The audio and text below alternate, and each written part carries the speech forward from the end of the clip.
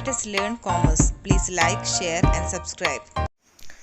Hi all, welcome to a new session of Business Research Method. Here we are going to discuss a new chapter, that is measurement and scaling. After the completion of a research design process, the researcher wants to specify what information is to be collected. So the researcher go to the next phase, that is data collection. So in this phase he want to decide the measurement and scaling procedure. That means ഓരോ റിസർച്ചറും data collect ചെയ്യാൻ decide ചെയ്യുന്നതിന് മുമ്പ് എന്താണ് researcher എന്ത് fix ചെയ്തിരിക്കണം? Measurement and scaling procedures fix ചെയ്തിരിക്കണം. That means എങ്ങനെയാണ് collect ചെയ്ത ഡാറ്റയെ മെഷർ ചെയ്യേണ്ടതെന്ന് മുൻകൂട്ടി ഡിസൈഡ് ചെയ്തിരിക്കണം. അപ്പോൾ നമുക്ക് വേണ്ട ഓരോ ഇൻഫോർമേഷനെയും മെഷർ ചെയ്തുകൊണ്ടാണ് നമ്മളെന്താ റെസ്പോണ്ടൻ്റെ കയ്യിൽ നിന്ന് നമ്മൾ വാങ്ങുന്നത്.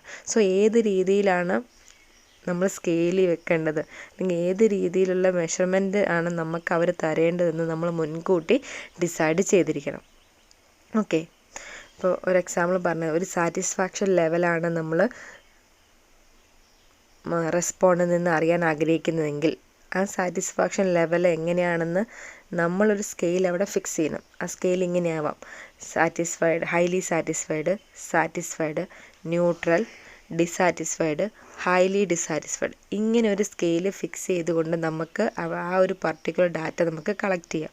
സോ ഡാറ്റ കളക്ട് ചെയ്യുന്നതിന് മുമ്പ് എന്ത് ഡിസൈഡ് ചെയ്തിരിക്കണം? ഏതെല്ലാം സ്കെയിലിംഗ് ആണ് നമ്മൾ യൂസ് ചെയ്യേണ്ടത്, അല്ലെങ്കിൽ ഏത് മെഷർമെൻറ്റ് ടെക്നിക്കാണ് യൂസ് ചെയ്യേണ്ടതെന്ന് ഡിസൈഡ് ചെയ്തിരിക്കണം. അപ്പം നമുക്ക് വേണ്ട ഡാറ്റയ്ക്കനുസരിച്ച് സ്കെയിലുകൾ മാറിക്കൊണ്ടിരിക്കും. ക്വാണ്ടിറ്റേറ്റീവായ കാര്യങ്ങളും വേണം, നമുക്ക് ക്വാളിറ്റേറ്റീവായ കാര്യങ്ങളും വേണം. സോ അതിനനുസരിച്ച് എന്താണ് സ്കെയിലുകളും മാറിക്കൊണ്ടിരിക്കും. സോ ആ മെഷർമെൻറ്റ് എങ്ങനെ മെഷർ ചെയ്യണം, അല്ലെങ്കിൽ ഏത് സ്കെയിലാണ് വെക്കേണ്ടതെന്ന് നമ്മൾ മുൻകൂട്ടി ഡിസൈഡ് ചെയ്തിരിക്കണം. ഓക്കെ,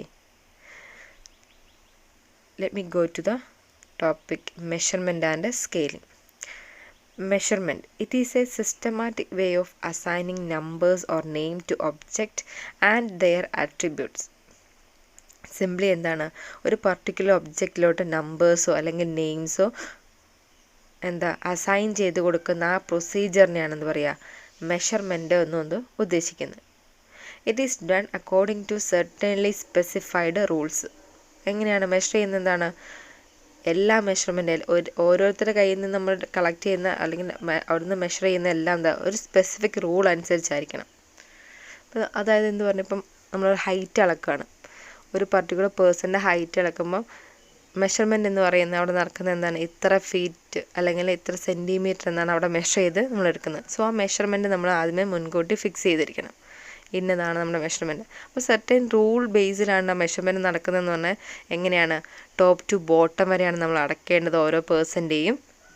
പിന്നെന്താണ്, ഒരു വാളിൽ ചേർത്ത് വെച്ച് കറക്റ്റാണ് അവിടെ അളക്കേണ്ടത്. ഇങ്ങനെയുള്ള കുറച്ച് റൂൾസ് കീപ്പ് ചെയ്തുകൊണ്ടായിരിക്കണം നമ്മളവിടെ മെഷർമെൻറ്റ് ചെയ്യേണ്ടത്.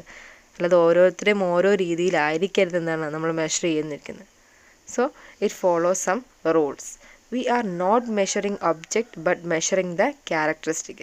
ഇനി അതുമല്ല, ചില കേസുകൾ എന്താണ്, ആ ഒരു ഒബ്ജക്റ്റിനെ ആയിരിക്കില്ല നമ്മൾ മെഷർ ചെയ്യുന്നത്, പകരം ആ ഒബ്ജക്റ്റിൻ്റെ ക്യാരക്ടറിസ്റ്റിക്സ് ആയിരിക്കും അവിടെ ആവശ്യം നമുക്ക്.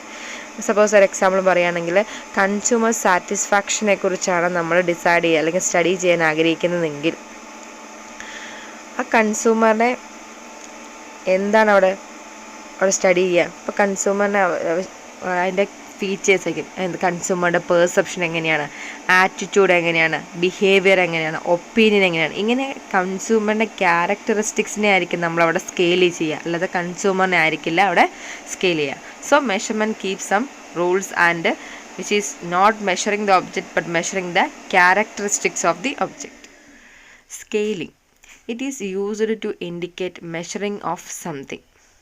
Scaling is used to indicate measuring of something. എന്തോന്ന് മെഷർ ചെയ്യാൻ വേണ്ടി ഇൻഡിക്കേറ്റ് ഉപയോഗിക്കുന്ന ഏതാണോ അതിനെ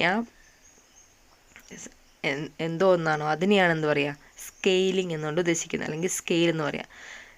സ്കെയിൽ ഉപയോഗിച്ചുകൊണ്ട് മെഷർ ചെയ്യുന്നതിനെയാണെന്ത് സ്കെയിലിംഗ് എന്നും പറയുന്നത്. സോ മെഷർമെൻറ്റ് നമ്മൾ യൂസ് ചെയ്യുന്ന ഒബ്ജക്റ്റ് അല്ലെങ്കിൽ സംതിങ് വാട്ടെവർ എന്തും ആവാം, അതിനെയാണ് എന്ത് പറയുക സ്കെയിൽ എന്ന് പറയുക. ആ സ്കെയിൽ വെച്ച് മെഷർ ചെയ്യുന്നതിൻ്റെ പ്രൊസീജിയറിനെ എന്ത് പറയും, സ്കെയിലിംഗ് എന്നും പറയും. It is an extension of measurement. So മെഷർമെൻറ്റിൽ നിന്ന് എക്സ്റ്റെൻഡ് ചെയ്തിരിക്കുന്ന ഒരു പ്രോസസ്സാണെന്ത് സ്കെയിലിംഗ് എന്ന് പറയുന്നത്. Scaling is a procedure for determining the quantitative measure of abstract concept. പല കോൺസെപ്റ്റുകളെ ക്വാണ്ടിഫൈ ചെയ്യാൻ വേണ്ടി സ്കെയില് യൂസ് ചെയ്യാൻ പറ്റും. നമ്മൾ പറഞ്ഞു സാറ്റിസ്ഫാക്ഷൻ ലെവലിനെ ഒരു 5 സ്കെയിലിൽ നമ്മൾ റെപ്രസെൻറ്റ് ചെയ്യാൻ പറ്റും. Highly satisfied, neutral, dissatisfied and highly dissatisfied. ഇതൊരു ക്വാണ്ടിറ്റേറ്റീവ് അല്ലെങ്കിൽ ഒരു കോൺസെപ്റ്റാണ്. സോ ഇത് നമ്മൾ ക്വാണ്ടിഫൈ ചെയ്ത് വെക്കുകയാണ് ചെയ്യുന്നത്. സോ ക്വാണ്ടിഫൈ ചെയ്യുന്ന ആ പ്രൊസീജിയറിനെയാണെന്ന് പറയുക സ്കെയിലിംഗ് എന്നുകൊണ്ട് ഉദ്ദേശിക്കുന്നത്. ഓക്കെ, അപ്പോൾ ഓരോ ഡാറ്റയ്ക്കനുസരിച്ച് നമ്മൾ സ്കെയില് മാറിക്കൊണ്ടിരിക്കും. Okay, types of measurement scales. There are mainly 4 types of scales. The first one is nominal scale, second one is ordinal scale, third one is interval scale, and the fourth one is ratio scale. The first one is nominal scale. It is simply a system of assigning numbers or categories to events in order to label them. ഇവിടെ എങ്ങനെയാണ് നമ്മൾ measure ചെയ്യുന്നത്? ആ ഒരു particular ഒബ്ജക്റ്റിന് just ഒരു നമ്പറോ അല്ലെങ്കിൽ നെയിമോ assign ചെയ്ത് കൊടുത്തുകൊണ്ടാണെന്ത് ഇവിടെ ഈ ഒരു സ്കെയിലിംഗ് സിസ്റ്റം ഫോളോ ചെയ്യുന്നത്. It is simply a system of assigning numbers or categories to events in order to label them. അതിനെ ഒന്ന് ഐഡൻറ്റിഫൈ ചെയ്യുക എന്നൊരു ഉദ്ദേശത്തോടു കൂടി മാത്രം അതിനൊരു സ്കെയിൽ അപ്ലൈ ചെയ്തിട്ടുണ്ടെങ്കിൽ that is known as nominal scale. This type of measurement is used to distinguish between features only on the basis of qualitative information. ക്വാളിറ്റേറ്റീവായ ഇൻഫോർമേഷനെ മാത്രം നമ്മൾ ഇതിൽ നിന്ന് കിട്ടുള്ളൂ. The nominal scale does not possess order, distance or origin. ഇതിനെന്താണ് ഒരു particular order ഉണ്ടെന്ന് പറയാനോ അല്ലെങ്കിൽ ഒരു തുടക്കം ഉണ്ടെന്നോ ഒറിജിൻ ഉണ്ടെന്നോ ഇങ്ങനെയൊന്നും യാതൊന്നും ആ ഒരു പർട്ടിക്കുലർ സ്കെയിലിങ്ങിലൂടെ നമുക്ക് മനസ്സിലാക്കാൻ പറ്റില്ല. നമുക്കൊരു എക്സാമ്പിൾ നോക്കാം. The numbers are assigned to volleyball players in order to identify them or to distinguish one player from another. Numbers assign to volleyball players. നമ്മൾ വോളിബോൾ പ്ലേയേഴ്സിന് നമ്പർ അസൈൻ ചെയ്ത് കൊടുക്കും. ഈ നമ്പർ അസൈൻ ചെയ്ത് കൊടുക്കുന്നതിന് ഉദ്ദേശം ജസ്റ്റ് ഫോർ ഐഡൻറ്റിഫിക്കേഷൻ. ആ ഐഡൻറ്റിഫിക്കേഷന് വേണ്ടി മാത്രമാണ് ഓരോ പ്ലേയേഴ്സിനും ഓരോ നമ്പേഴ്സ് അസൈൻ ചെയ്ത് കൊടുക്കുന്നത്. ഓക്കെ, ആ നമ്പറിലായിരിക്കും അവർ അറിയപ്പെടുന്നത്. സോ ആ number that does not mean that one player is higher position than the other player. ഒരു പ്ലെയർ ഇപ്പം 1, 2, 3 അസൈൻ ചെയ്ത് കൊടുത്താൽ 3 എന്നൊരാൾ 1നേക്കാളും ഹയർ പൊസിഷനിൽ നിൽക്കുന്ന ഒരാളാണെന്ന് ഒരിക്കലും ആ നെയിമിൽ നിന്ന് നമുക്ക് ഐഡൻറ്റിഫൈ ചെയ്യാൻ പറ്റില്ല. സോ ഈ സ്കെയിൽ എന്ന് പറഞ്ഞാൽ ഒരു ബേസ് ലെവൽ സ്കെയിലാണ്. ജസ്റ്റ് ഫോർ ഐഡൻറ്റിഫിക്കേഷന് വേണ്ടി മാത്രമാണ് നമ്മൾ കൊടുക്കുന്നതെങ്കിൽ ആ സ്കെയിലിങ്ങിനെയാണെന്ന് പറയാം നോമിനൽ സ്കെയിൽ എന്ന് പറയാം. ഇനി അതുപോലെ വേറൊരു എക്സാമ്പിൾ നോക്കാം. ജെൻഡർ നമ്മൾ റെക്കോർഡ് ചെയ്യുകയാണെങ്കിൽ ഇവിടെ സ്കെയിൽ ചെയ്യാണ്, ജെൻഡറിനെ സ്കെയിൽ ചെയ്യാണ്. So 1 is equal to male and 2 is equal to female. Just നമ്മൾ 1 എന്ന് പറഞ്ഞു കഴിഞ്ഞാൽ മെയിലാണെന്നും 2 എന്ന് പറഞ്ഞു കഴിഞ്ഞാൽ ഫീമെയിൽ ആണെന്നും. സോ ഈ സ്കെയിലിന് യാതൊരു പ്രത്യേകത ഇല്ല. ആ നമ്പറിൻ്റെ പ്രത്യേകത എന്ന് പറഞ്ഞാൽ എന്ത് മാത്രമേ ഉള്ളൂ, എല്ലാ ഒന്നുകളും 1 എന്ന് റെക്കോർഡ് ചെയ്യുന്ന എല്ലാ ഒന്നും എന്തായിരിക്കും, മെയിലിനെ ആയിരിക്കും. 2 എന്ന് റെക്കോർഡ് ചെയ്തെല്ലാം ഫീമെയിലും ആയിരിക്കും. So it does not mean that female is in higher position than the male. Okay, the next one is ordinal scale. An ordinal scale is one that defines the relative position of object or individuals with respect to a given characteristics.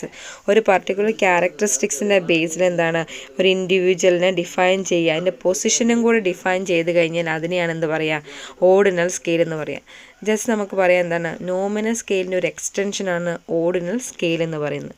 It is also known as ranking scale. നമ്മൾ മുമ്പേ പറഞ്ഞ ഓരോ പൊസിഷനെ base ചെയ്തുകൊണ്ട് അവർക്കത് fix ചെയ്ത് കൊടുക്കുകയാണ്. 1 എന്ന volleyball പ്ലേയേഴ്സിന് ഓരോ ഇത് കൊടുത്തു. സോ ആ നമ്പർ അസൈൻ ചെയ്യുന്നതിലൂടെ യാതൊരു മീനിങ്ങും ഇല്ല. ഒരാൾ മറ്റൊരാളെക്കാളും മുന്നിട്ട് നിൽക്കുന്ന ഒരാളാണെന്ന് ആ നമ്പർ കൊണ്ട് നമുക്കത് മനസ്സിലാക്കാൻ പറ്റില്ല. എന്നാൽ ഇവിടെ ഇവിടെ നമ്പർ അസൈൻ ചെയ്ത് കൊടുത്തു കഴിഞ്ഞാൽ ആ നമ്പറിന് ഒരു മീനിങ് കൂടെ ഉണ്ട്. 1 is higher than the other. അങ്ങനെ ഒരു ഡിഫറൻഷ്യേറ്റിനും കൂടെ ചെയ്യാൻ പറ്റുന്ന രീതിയിലുള്ള സ്കെയിലിങ്ങിനെയാണെന്ന് പറയുക ഓർഡിനൽ സ്കെയിൽ എന്നുകൊണ്ട് ഉദ്ദേശിക്കുന്നത്. So it is also known as ranking scale. ഇവിടെ റാങ്കിങ്ങും പോസിബിൾ ആണ്. Then on the basis of the amount of the quality possess the individual are put into different ranks. So അവരുടെ ക്വാളിറ്റിക്ക് അനുസരിച്ചാണ് ആ number നമ്മൾ അസൈൻ ചെയ്ത് കൊടുക്കുന്നത്. ആ നമ്പറിലൂടെ അവരുടെ ക്വാളിറ്റി, ദാറ്റ് മീൻസ് പൊസിഷൻ നമുക്ക് മനസ്സിലാക്കാൻ പറ്റും. So we can call it as A rank scale. Suppose an ordinal scale we are able to say that നമുക്ക് പറയാൻ പറ്റും, എന്ത് പറയാൻ പറ്റും, the object A has a higher rank than object B. ഒരു നമ്പർ അസൈൻ ചെയ്ത് കൊടുക്കുന്നതിലൂടെ എന്താണ് object എക്ക് 1 എന്നും ഒബ്ജക്റ്റ് ബിക്ക് 2 എന്നും കൊടുത്തു കഴിഞ്ഞാൽ സോ നമുക്ക് പറയാൻ പറ്റും object A is higher than object B. Object A ബിയിനേക്കാളും ഹയർ റാങ്കിൽ നിൽക്കുന്ന ഒരു ഒബ്ജക്റ്റാണ് ബി എന്ന് നമുക്ക് എക്സ്പ്രസ് ചെയ്യാൻ പറ്റും. But we cannot say how much the object A is better than object B. എത്രത്തോളം ബെറ്ററാണ്, ആ ഡിഫറൻസ് നമുക്ക് പറയാൻ പറ്റില്ല. ഒന്ന് മറ്റൊന്നിനെ മുകളിൽ നിൽക്കുന്നു എന്ന് പറയാം, higher greater than or less than എന്ന് പറയാൻ പറ്റും. പക്ഷെ നമുക്ക് ഒരിക്കലും എന്താണ് എത്രത്തോളം മുന്നിട്ട് നിൽക്കുന്നല്ല എത്രത്തോളം താഴെയാണ് എന്ന് പറയാൻ പറ്റില്ല. Suppose another example, place finished in an election. ഒരു എലക്ഷന് പ്ലേസ് ചെയ്ത് 1 first position, second position, third position നമുക്ക് പറയാൻ പറ്റും. പക്ഷേ ഫസ്റ്റ് പൊസിഷൻ ആ ഒരു സ്കെയിലിങ്ങിലൂടെ നമുക്ക് എന്താണ് ഫസ്റ്റ് പൊസിഷനിൽ ജയിച്ചാൽ എത്ര വോട്ടിന് ജയിച്ചു, എത്രത്തോളം ലീഡ് കിട്ടിയെന്നൊന്നും എന്താണ് ഈ ഒരു മാർക്കിങ്ങിലൂടെ നമുക്ക് പറ്റാൻ പറ്റില്ല. ജസ്റ്റ് നമ്മൾ റാങ്ക് ചെയ്യുന്നത് മാത്രമേ ഉള്ളൂ. എന്താണ് ഫസ്റ്റ് നിൽക്കുന്ന ആൾ, സെക്കൻഡ് നിൽക്കുന്ന ആൾ, തേർഡ് നിൽക്കുന്ന ആൾ എന്ന് മാത്രമേ നമുക്ക് അതിൽ നിന്ന് മനസ്സിലാക്കാൻ പറ്റുള്ളൂ. അപ്പോൾ 1 എന്ന് പറയുന്ന ഫസ്റ്റ് ആളെ ആണെന്ന് മനസ്സിലാക്കാം, 1 എന്ന ആൾ സെക്കൻഡ് ആളിൽ നിന്നും തേർഡ് ആളിൽ നിന്നും ഹയർ പൊസിഷനിൽ നിൽക്കുന്ന ആളാണെന്നും മനസ്സിലാക്കാം. സോ രണ്ട് രീതിയിൽ ഇപ്പം നോമിനൽ സ്കെയിലിനേക്കാളിനും ഒരു കുറച്ചുകൂടെ ക്യാരക്ടറിസ്റ്റിക്സ് അല്ലെങ്കിൽ കുറച്ചുകൂടെ ഫീച്ചേഴ്സ് എക്സ്പ്രസ് ചെയ്യാൻ പറ്റുന്ന സ്കെയിലാണെന്ത് ഓർഡിനൽ സ്കെയിൽ എന്ന് പറയാം. Okay, thank you.